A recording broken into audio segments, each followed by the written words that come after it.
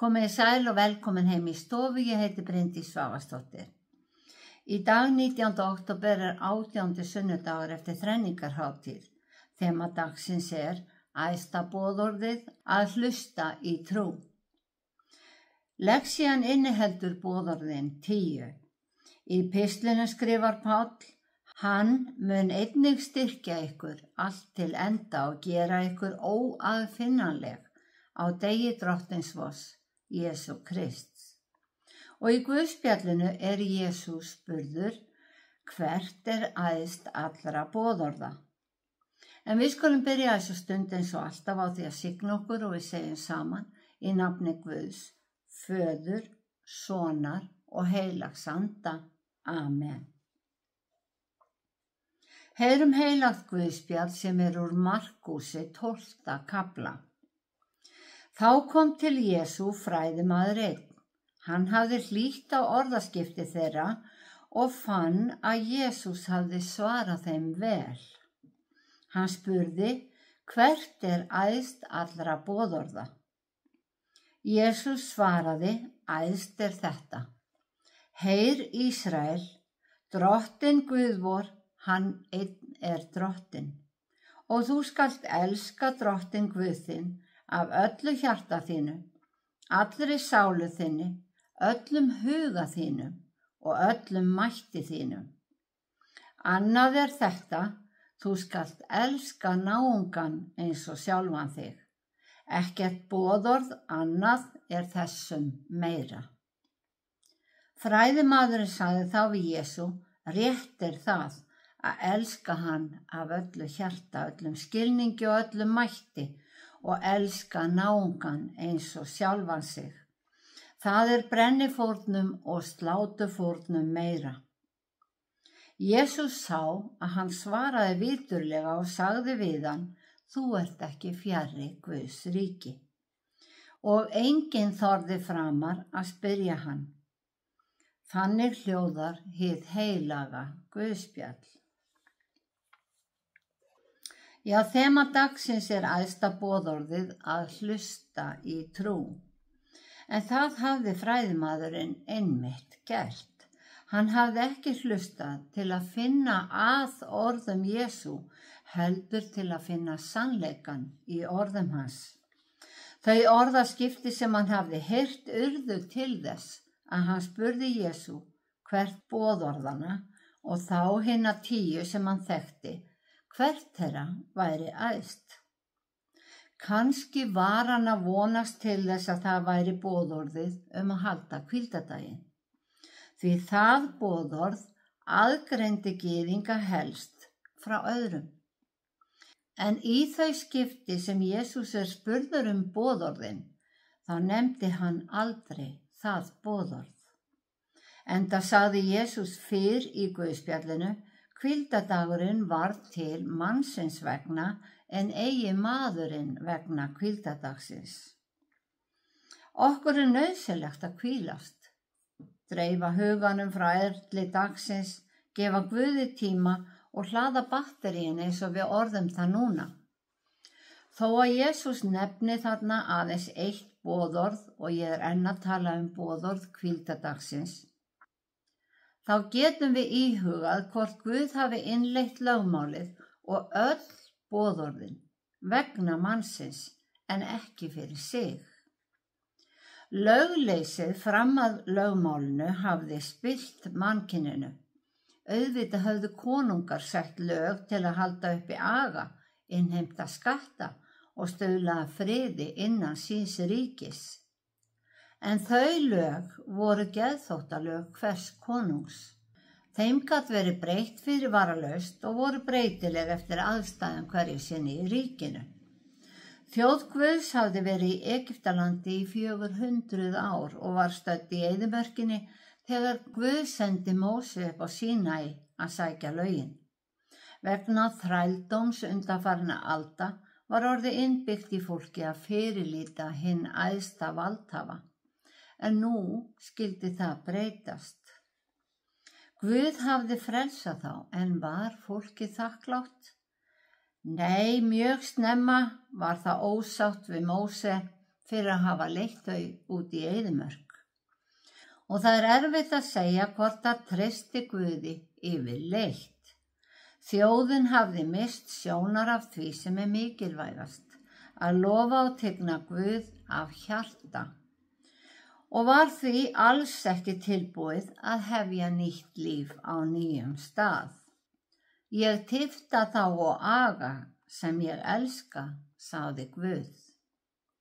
Lögmálið og boðorðin voru hönnuð fyrir fólkið til að gera samfélag manna sem best. Lögin innihalda skýr fyrirmæli heilindi, umburðarlyndi, kærleika og hjálpsemi sem menn eiga að sýna hver öðrum. Og þar leggur Guð áherslu á að menn eigi ekki að láta auð eða fátækt, stöðu manns í samfélaginu eða ríkisfang hafa áhrif á sig. Sannleikur og réttvísi eiga að vera leiðarljós í öllum málum. Lögmálið var ítarlegt og náði yfir alla skapaða hluti, allt sköpunarverkið, jafnvel náttúruna eins og að hvíla akurinn. Manngreinarálit finnst ekki hjá Guði, aðeins hvað er rétt og rangt. Hann gefur hinum fátæku og útlendingum og taki eftir að það er ekki tekið fram að þeir verða að trúa á hann. Guð gefur þeim rétt til að bjarga sér og skipar mönnum að veita dýrum sínum hvíld. Af þessum texta getum við séð að Guð er málsvari og verndari allra sköpunarinnar. Lög hans átt að vernda alla og vera til leiðbeiningar gott, friðsamt og farsælt líf manna og dýra. 7. árið var til dæmis hvíldarár, þar sem akurinn var hvíldur. Þá átti að leyfa fátækum að taka það sem óx af sjálfu sér það árið. 7. dagur vikunar var hvíldadagur allra, bæði húsbónda, þjóna, þræla og dýra.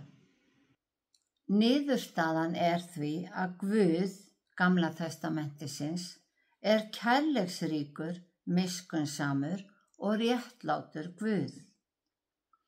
Þrátt fyrir að vera af mörgum ásakaður að hann sé bæði grimmur og vægðarlaus. Því segi ég að þeir sem fella harða dóma Guð Gamla testamentisins hafa hvorki lesið í hinni helgu bók eða hlustað á boðskapinn af trú. Tvöfalda kærleiksboðorðið sem Jesús sagði fræðimanninum að væri æðst allra boðorða var skrásett í lögunum sem Móse færði fólkinu. Þú skalt elska Drottinn Guð þinn af öllu hjarta þínu, af allri sálu þinni og af öllum mætti þínum. Þú skalt elska náunga þinn eins og sjálfan þig. Fólkið dvaldi í 40 ár í eyðimörkinni og á þeim tíma fæddist ný þjóð. Aðeins örfáir af þeim sem fóru frá Egyptalandi komust alla leið inn í fyrirheitna landið og þeir sem fæddust í eyðimörkinni lærðu að lifa samkvæmt lögmáli Guðs. Ég nefndi að Guð hefði ef til vill innleitt lögmálið og boðorðin fyrir fólkið. Því fólk sem hefur alla tíð verið í þrældómi hefur kannski mist viðmiðið hvað er eðlilegt og sanngjarnt og afar fáir sem hafa búið við kúgun geta höndlað skyndilegt frelsi. Og eitt vitum við, að það er sama hvar við erum, sanngjarnar reglur stuðla alltaf að friði. Lögmálið skapaði viðmið á hver var vilji Guðs, en reglur hafa engan tilgang ef engin refsing er við brotum. Þegar Jesús dó, gekk lögmálið með boðorðum þess og skipunum úr gildi.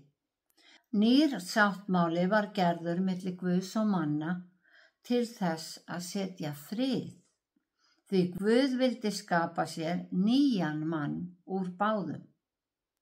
Og merkingin á bak við nýjan mann er ný þjóð. Ekki aðeins þá sem hann hafði útvalið, heldur þjóð sem innifelur alla sem sjálf viljugir vilja trúa á Guð. Trú þú aðeins, sagði Jesús, og þá munt þú hólpin verða. Í pistlunum skrifar Páll að hann þakki Guði ávallt fyrir að hafa veitt okkur hina miklu náð fyrir Jesú. Því með náðinni auðgi Drottinn okkur af visku og þekkingu. Og þekkingin gefi styrk allt til enda, svo að við séum óaðfinnanleg, eins og Páll orðar það, á degi Drottins. Og það er fyrir það eitt að hafa svarað kallinu til samfélags við son Guðs. Af náð erum við hólpin fyrir trú. Í ritningunni okkar stendur: Þið elskuðu, elskum hvert annað, því kærleikurinn er frá Guði kominn, og hver sem elskar er barn Guðs og þekkir Guð. Og Páll skrifar í Galatabréfinu: Allt lögmálið felst í þessu eina boðorði: Þú skalt elska Guð og náunga þinn eins og sjálfan þig. Boðskapur Jesú til okkar fjallaði að taka sinnaskiptum, og leið tók Guð sinnaskiptum í frelsis áætlun sinni fyrir mannin. Hann innleiddi það sem er nefnt náðarár Drottins. Já, þema dagsins er hið æðsta boðorð og að hlusta í trú. Við sjáum og finnum kærleika Guðs í boðskapnum þegar við lesum og hlustum í trú. Eins og Páll skrifaði þá eykur Guð þekkingu okkar, skilning og visku þegar við gerum okkur sjálf móttækileg fyrir boðskapnum. Við vitum til dæmis að reglur eru nauðsynlegar og getum því trúa því að Guð hafi ekki innleitt lögmálið og boðorðin til að refsa fólki, heldur til að leiðbeina þeim, setja viðmið sem stuðluðu að friði og sátt fyrir allt samfélagið. Boðorðin 10 hafa þess vegna aldrei mist gildi sitt. Við finnum þau á 2 stöðum í Gamla testamentinu, í 2. og 5. Mósebók, og þau eru í meginatriðum eins. Þeim má skipta í 2 hluta. Fyrri 5 fjalla að elska og virða Guð, en hinn síðari 5 eru samfélagsreglur eða ábending að elska og virða náungan. En sú skipting er einmitt í anda Jesú og tvöfalda kærleiksboðorðsins að elska Guð og náungan. Já, Jesús var spurður hvert er æðst allra boðorða og hann tók sérstaklega fram: æðst er þetta, að elska Drottinn Guð þinn af öllu hjarta þínu, allri sálu þinni, öllum huga þínum og öllum mætti þínum. Og í 1. Jóhannesarbréfi erum við minnt á að þetta boðorð er að finna í Gamla testamentinu og hann segir: þið elskuðu, það er ekki nýtt boðorð sem ég riti ykkur, heldur gamalt boðorð sem þið hafi haft frá upphafi.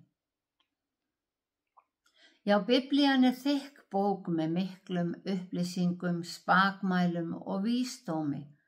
Hana þarf að lesa með augum trúar og hlusta í trú svo að boðskapurinn geti talað til okkar. Drottinn blessi þig og varðveiti þig. Drottinn láti sína ásjónu lýsa yfir þig og sé þig náðugur. Drottinn upplyfti sínu augliti yfir þig og gefi þig frið. Í Jesú nafni. Amen.